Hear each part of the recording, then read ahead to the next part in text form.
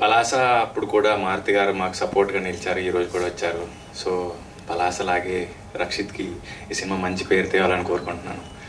And Venkata Satya గారు, మేము script reading చేస్తున్నప్పటి నుంచి గమనించాను.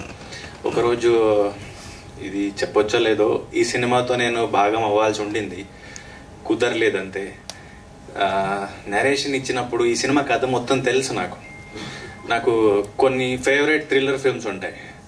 అది రాక్షసన్ కానీ, లేకపోతే మర్దాని 2 కానీ, అంజాం పాత్ర కానీ. సో నాకు అంతే గూస్ బంప్స్ వచ్చాయి ఈ స్టోరీ చెప్పినప్పుడు, అదిరిపోయింది.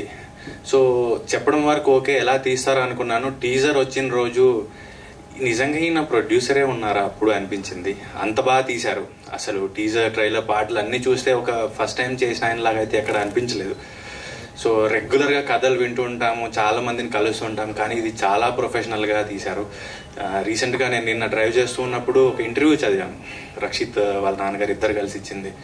పొద్దున 4 o'clock వచ్చి సెట్లో కూర్చునే వాళ్ళు, 7 o'clock షార్ట్ పడేదంటే అసలు చాలా సంతోషంగా వేసింది. మనకు తెలిసిన వ్యక్తులే ఈరోజు ఈ సినిమా చేస్తున్నారు. దట్టు ఆయన ప్యాషన్ చూస్తూ ఉంటే నాకు తెలిసి రిటైర్మెంట్ లేనివి బిజినెస్, సినిమా ఏదైతే ఉంటుందో ప్యాషన్, ఇష్టం, అది మనకి వయసు అనేది అసలు ఎప్పుడు కూడా లెక్కలోకి రాదు అనిపించింది.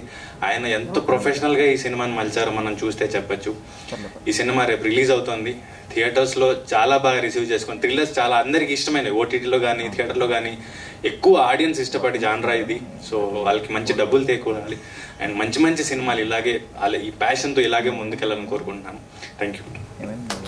తిరువీర్, కాకపోతే మీకు లైఫ్లో ఎప్పుడైనా మీ ఆలోచనలే మీ శత్రువులుగా మారిన సందర్భాలు? చాలా ఫ్రీక్వెంట్గా అనిపించేవి, ఇప్పుడు తగ్గాయి. ఓకే, గివప్ ఇచ్చేద్దాం అనుకునేవాడిని, కానీ ఎందుకు ఇవ్వాలి అనిపించిన అని కొంచెం టైం పట్టేది. బట్ ఇవ్వలేదు కాబట్టి ఈరోజు ఇక్కడికి వచ్చాను. ఓకే, వావ్, డెఫినెట్లీ ఇంత మంచి యాక్టర్. నాకు మీ ఆలోచనలు ఎప్పుడు చాలా పాజిటివ్.